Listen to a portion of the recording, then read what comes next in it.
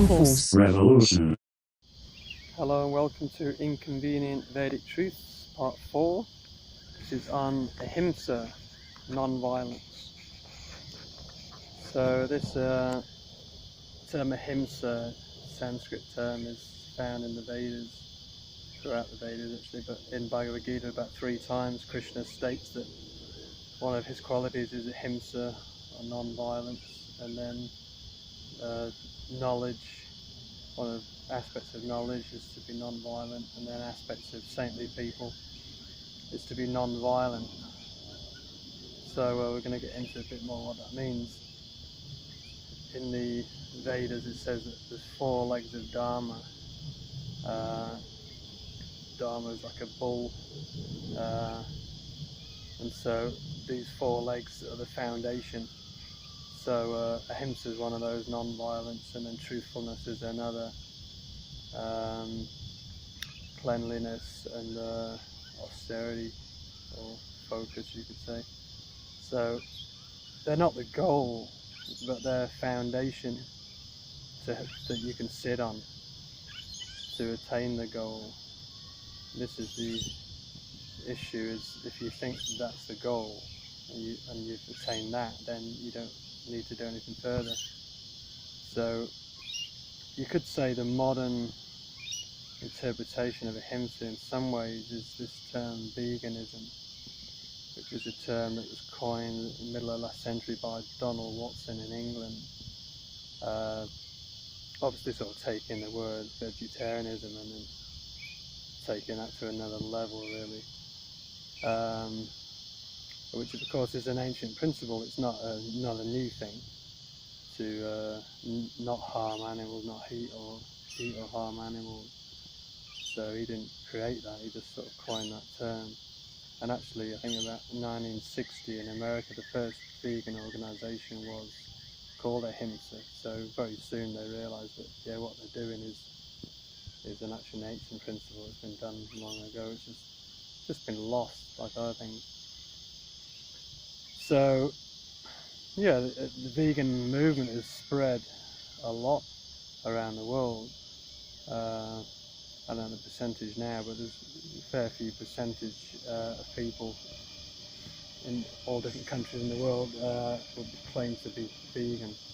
So that's a good thing. It's much better than harming animals.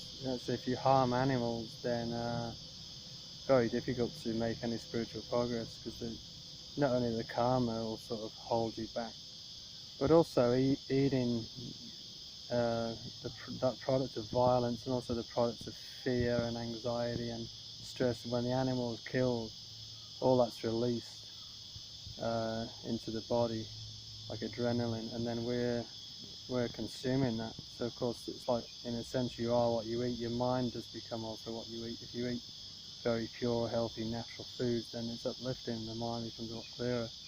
If you eat foods which are tamasic, or in the mode of darkness, mode of ignorance, of which meat, fish and eggs and things like that are considered, then it keeps you in that kind of lower state. So even if you try some kind of spiritual progress and meditation, it's like rowing a boat with an anchor. You're not really going to get that far. Much better if you deal with that.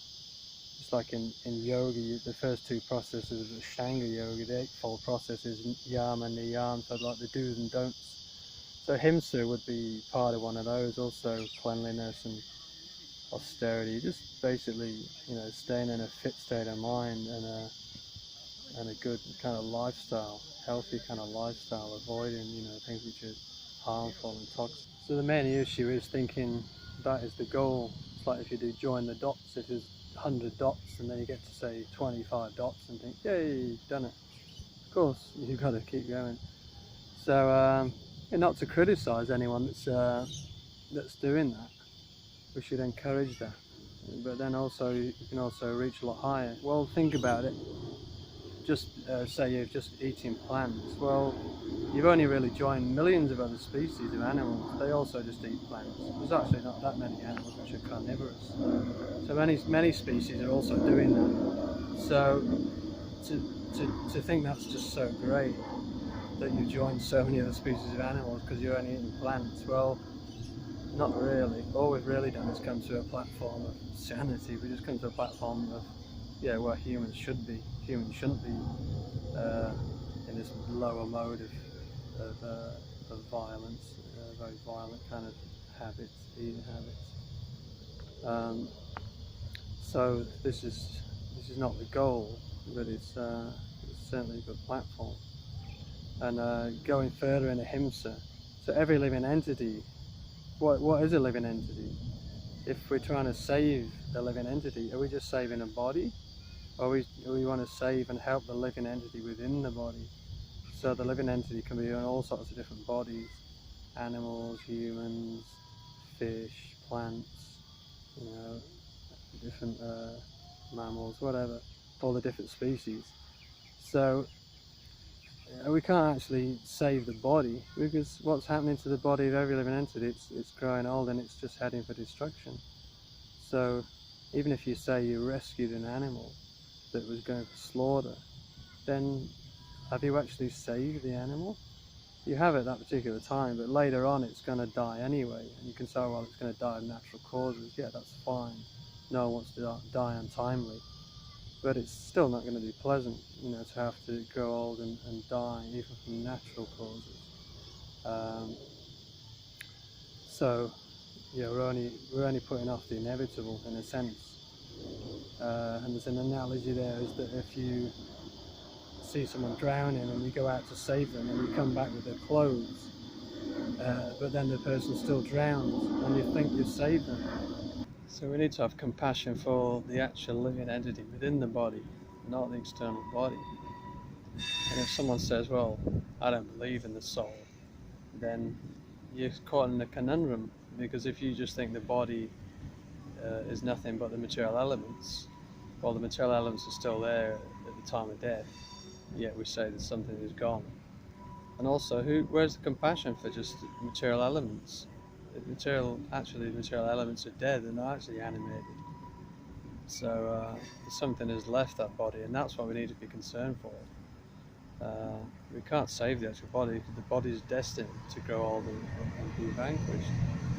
So there's very limited amount of compassion. So true Ahimsa is to address the Atma, the soul, the conscious being, the actual person within that body, no matter what the body is, and try and elevate that back to a position of non-suffering. Otherwise it's very limited.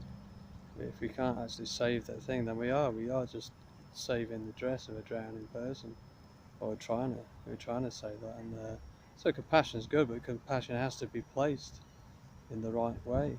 If we don't really know how to do good, then we may have the intention of doing good, but without the sufficient knowledge of doing good, then yeah, it becomes very limited and temporary.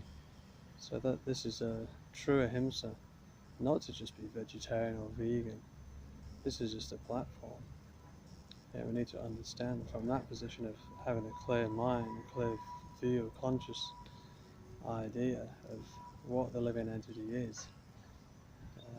Then we can, well, first of all, we can help ourselves, and only then can we really help any other living entity and inspire other people to do the same. So that's reaching much higher.